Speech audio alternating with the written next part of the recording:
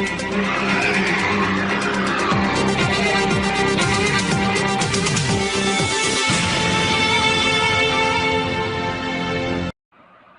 عليكم ورحمة الله وبركاته. فيديو جديد وأخبار جديدة. في البداية متنساش تضغط لايك للفيديو والاشتراك في القناة حتى يصلكم كل جديد.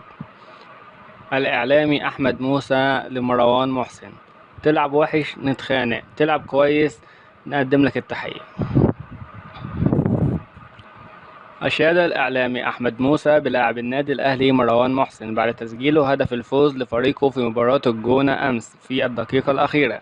وقال أحمد موسى أثناء تقديم برنامجه المذاع على قناة سلا البلد: مش معقول أطلع فاصل أرجع ألاقي مروان جاب جون.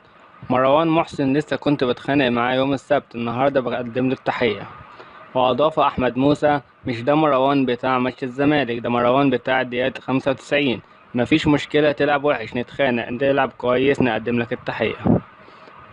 في النهاية لو عجبك الفيديو متبخلش علينا بلايك، لو أول مرة بتشوفنا وتسمعنا اشترك في القناة وفعل الجرس حتى يصلكم كل جديد.